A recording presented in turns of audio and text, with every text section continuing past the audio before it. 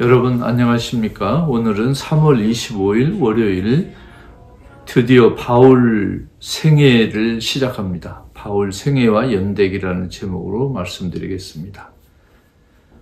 우리 예수운동에서 바울처럼 많은 자료가 있는 인물은 없습니다. 왜 그럴까요? 예수의 수제자라고 하는 베드로도 바울처럼 이렇게 자료가 많지 않아요. 그 이유는 바울이 편지를 썼기 때문에 그렇습니다. 만일 베드로가 편지를 썼다, 바울처럼 7개쯤 썼다 하면 지금 우리가 베드로 연구로 아주 날밤을 새울 겁니다. 그런데 불행하게도 우리 베드로 선생은 글을 쓸 줄 몰랐던지 아니면 쓸 줄 알았지만 쓰지 않았는지 모르지만 좌우한 그 베드로가 남긴 작품이 없습니다. 그래서 어쩔 수 없이 자료를 많이 남긴 바울을 연구하고 있는 것입니다. 바울이 물론 훌륭한 일도 하셨고 중요한 작품도 남겼지만 바울에 대한 자료가 가장 많은 이유는 역시 바울이 글을 썼기 때문에 그렇습니다. 바울이 꼭 중요해서 연구한다기보다는 글을 썼다. 또 하나는 바울의 글이 공동체에서 받아들여지고 익혀졌다는 것입니다. 바울이 편지를 썼고 그 편지가 존중되어서 익혀졌고 그렇기 때문에 바울에 대한 자료가 지금도 남아있는 것입니다. 자, 그 바울의 편지를 보면 바울의 일생, 바울의 사명, 바울의 운명, 바울이 관계한 공동체 정보가 담겨 있습니다.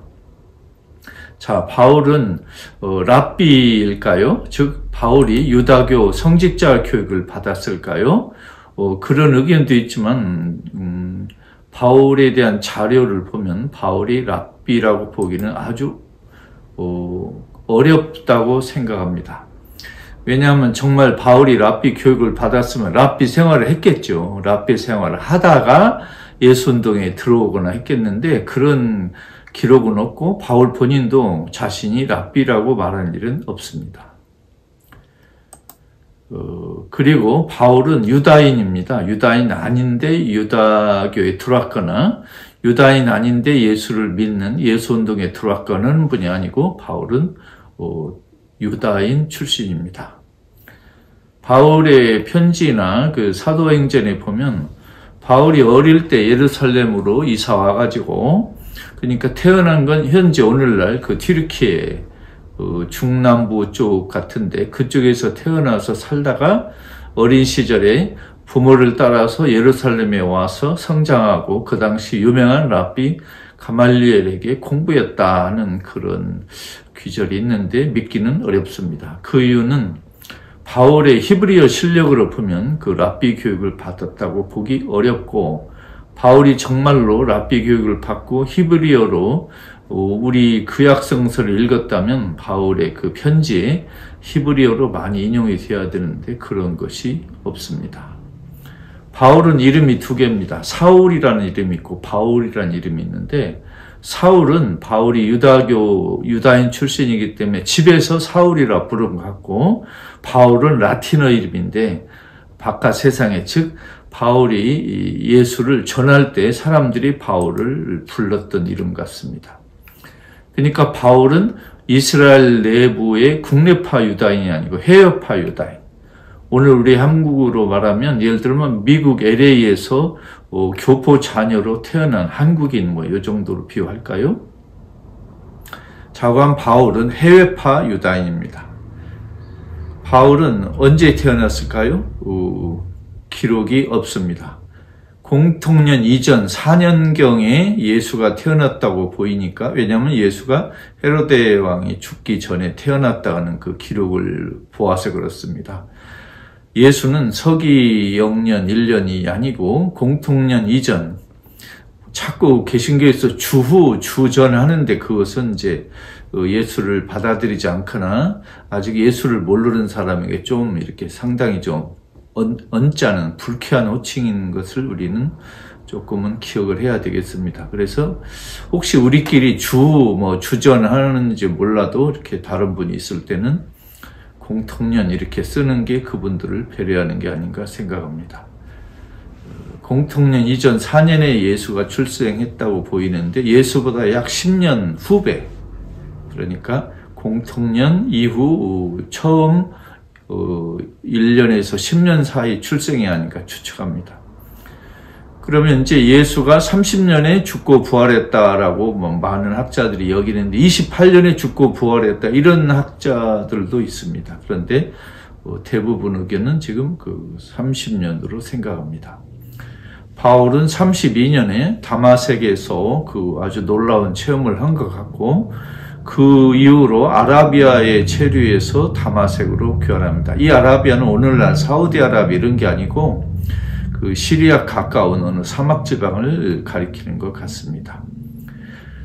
공통년 34년에 예루살렘을 처음 방문한 것 같은데 그 뒤에 시리아 타르소에 또 체류한 것 같고 이건 어디까지나 학자들 대부분이 갖고 있는 아주 가장 유력한 자료를 말씀드립니다.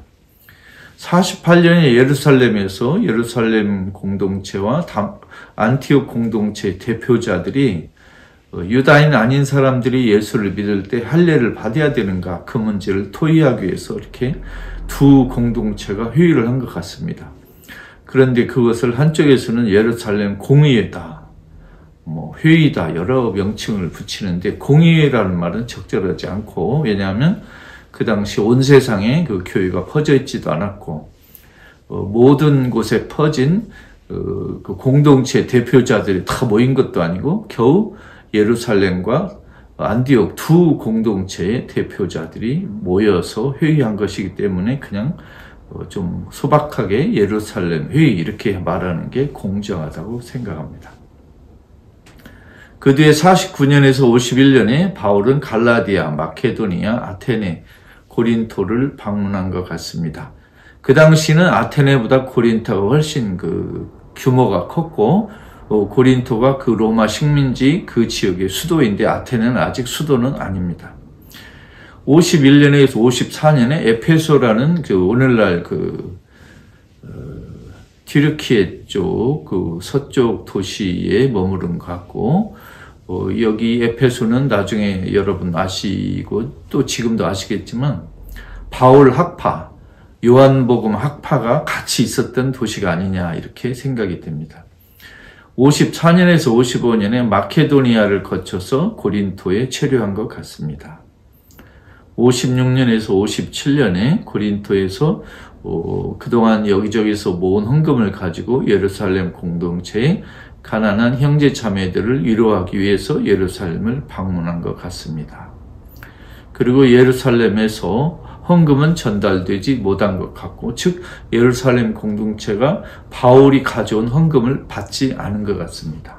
그 돈이 어디 있는가는 지금도 수수께끼입니다. 그리고 거기서 체포돼서 로마로 압송되고 로마에서 이렇게 체류하다가 느슨한 감옥 생활을 하다가 선교도 했는데 바울의 말년은 기록이 없습니다. 64년에 로마에서 네로 황제의 박해 때 베드로 바울이 함께 순교한 것으로 여겨지는데 정확한 증거는 있지 않습니다. 자, 오늘 이 바울의 생애와 연대기를 잠깐 살펴보았는데요.